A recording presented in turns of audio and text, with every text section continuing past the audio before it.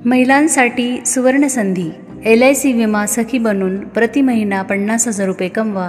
आमचा पत्ता Dharmraj plaza, office number 8, PDCC bank शेजारी, नारायणगाव। धन्यवाद। जुन्नर तालुक्याचे माजी आमदार स्वर्गीय वल्लभशेठ बेनके आज यांची जयंती आहे। त्यांच्या पुत्र माजी आमदार अतुल बेनके यांनी आज 14 नंबर या ठिकाणी जो कार्यक्रम ठेवला, त्या कार्यक्रमाला सर्वच राजकीय पक्षांचे नेते, स्वर्गीय वल्लभशेठ बेनके साहेबांवर प्रेम करणारे हजारो कार्यकर्ते या ठिकाणी आले। बेनके साहेबांचं या तालुक्यावर मोठं योगदान राहिलं। या तालुक्यातील शेती सुजलाम सुफलाम करण्यामध्ये मोठा त्यांचा सिंहाचा वाटा राहिला। तालुक्याचे आमदार असताना जी विकासाचे कामं त्यांच्याकडनं काही अपूर्ण राहिली, ती अतुल बेनके आमदार झाल्यावर त्यांनी बरीचशी मार्गी लावली। 3,330 कोटी रुपयाचा निधी त्यांनी तालुक्यासाठी आणला। आज तालुक्यामध्ये जी विकासाची कामं आहेत, जी सुरू आहेत, ती बेनके साहेबांनी आणलेल्या निधीमधूनच सुरू आहेत। नुकतीच विधानसभेची निवडणूक 6 महिन्यापूर्वी झाली। जे काय घडले ते आपण पाहिलं, परंतु अपयशाला डगमगणारे नेते ते अतुल बेनके नाही। आजही मोठ्या ताकदीनं जनतेसमोर जातात, जनतेचे प्रश्न सोडवतात। तालुक्याला अतुल बेनकेंसारखा आमदार पाहिजे असं लोक आजही सांगतात। बेनके साहेब, काय सांगाल? आपले वडील स्वर्गीय वल्लभशेठ बेनके यांची जयंती आहे, तुमच्या काय भावना? आज सर्व पक्षीय लोक आली, दोन्ही राष्ट्रवादी काँग्रेसचे नेते एकत्र आले, तुमच्या भावना काय? बेनके साहेबांच्या जयंती, ते माझे वडील जरी असले तरी आमच्या तालुक्यातले ते एक महान नेते। आणि जे काय मला वैयक्तिक अतुल बेनके म्हणून वलय लाभलं किंवा जो काय आशीर्वाद लाभला, तो अर्थातच वल्लभशेठ बेनके साहेबांच्या कर्तृत्वामुळे लाभलेला आहे, हे विसरता येणार नाही। त्यांचे अफाट कष्ट, परिश्रम आणि जनतेप्रती प्रामाणिक सेवा करण्याचा जो भाव होता, तो अजूनही त्याचा उल्लेख अनेक लोक इथं करतात। आणि त्यांच्या जयंतीच्या निमित्ताने आमचं बेनके परिवार असेल किंवा आमच्या औद्योगिक वसाहतचे सर्व लोक असतील, त्यांनी दरवर्षी बेनके साहेबांचा वाढदिवसाचा कार्यक्रम करायचो, तर ते आपल्यामध्ये नाही। तर त्या कार्यक्रमात खंड न पडता आपण त्यांची जयंती चांगली साजरी केली पाहिजे। आणि ही जयंती साजरी करत असताना जे काय निमंत्रण पत्रिका होती, ती सोशल मीडियावर सगळीकडे पाठवण्यात आली। आणि ती निमंत्रण पत्रिका कोणाला पर्सनली तुम्ही या असं न सांगता सगळीकडे ते व्हायरल झाल्यानंतर ते लोकांना ज्यांना कळालं आणि जे बेनके साहेबांना आमच्या कुटुंबावर प्रेम करणारे होते, असं प्रत्येक व्यक्ती इथं हजर होता।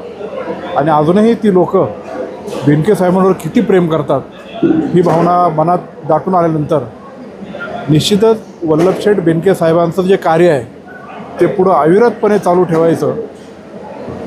निवडून येऊ नाहीतर नाही येऊ, पण निवडून जरी नसते, वल्लभशेठ बेनके साहेब नव्हते आले तरी ते तालुक्याचे आमदार म्हणूनच कार्य तिथं चालू होतं।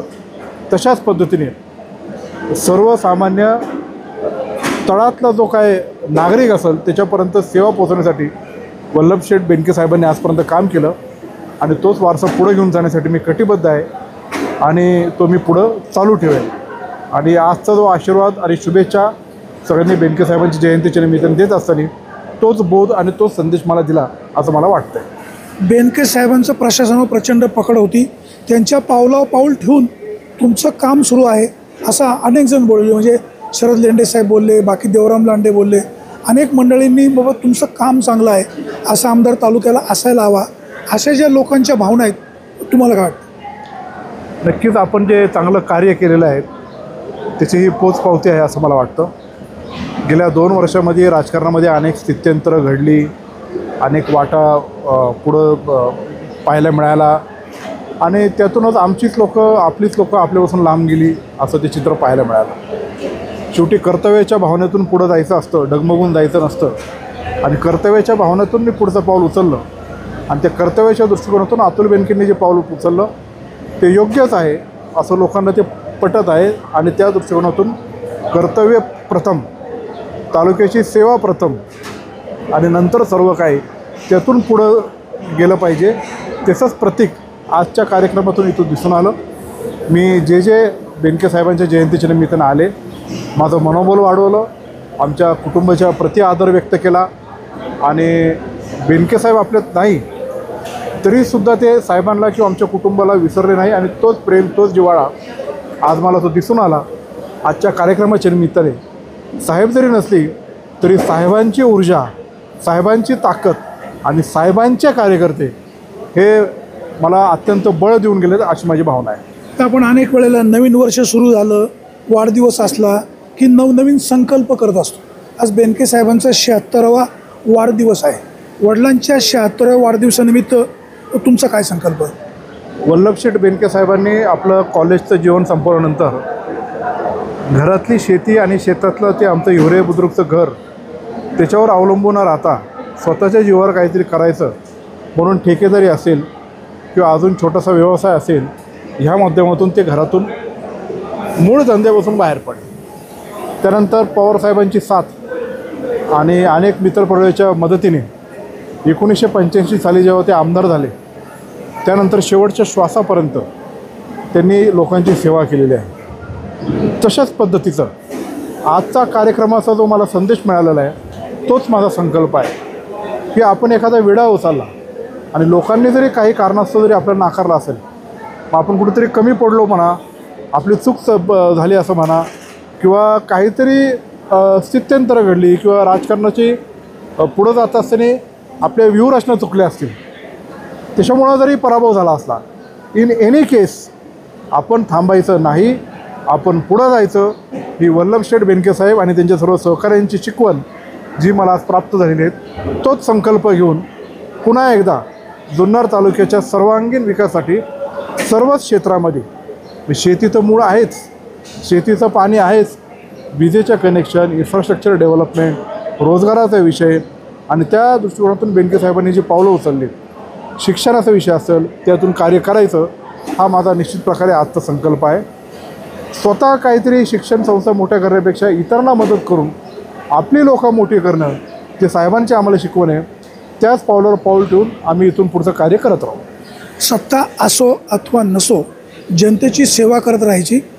जनता एक दिवस आपल्याला त्याचं यश निश्चित देत असते. हाच बेनके कुटुंबाचा वारसा घेऊन मला पुढे जायचं आहे. जनतेची सेवा भविष्यकाळात करत राहणार असा त्यांनी आज माजी आमदार वल्लभशेठ बेनके यांच्या 76व्या वाढदिवसानिमित्त संकल्प केला आहे. सुरेश वाणी, विघ्नर टाइम्स, 14 नंबर.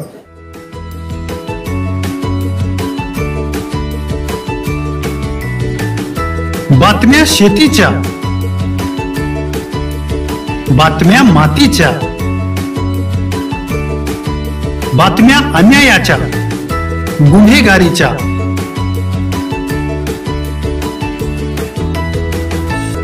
राजकारणाच्या आणि समाजकारणाच्या, शोषणाविरुद्ध बुलंद आवाज, जनसामान्यांच्या हुंकाराची गाज, सत्कार्याला प्रोत्साहन, दुष्कृत्याला अनुशासन, निर्भीड, निस्पृह, सडेतोड, बेधडक आणि रोखटोक म्हणजेच विघ्नहर टाइम्स. शोध बातमीचा, ध्यास सत्याचा. आपलं चॅनल, आपली बातमी. सबस्क्राईब तर कराच, पण बेल आयकॉनवर क्लिक करायलाही विसरू नका.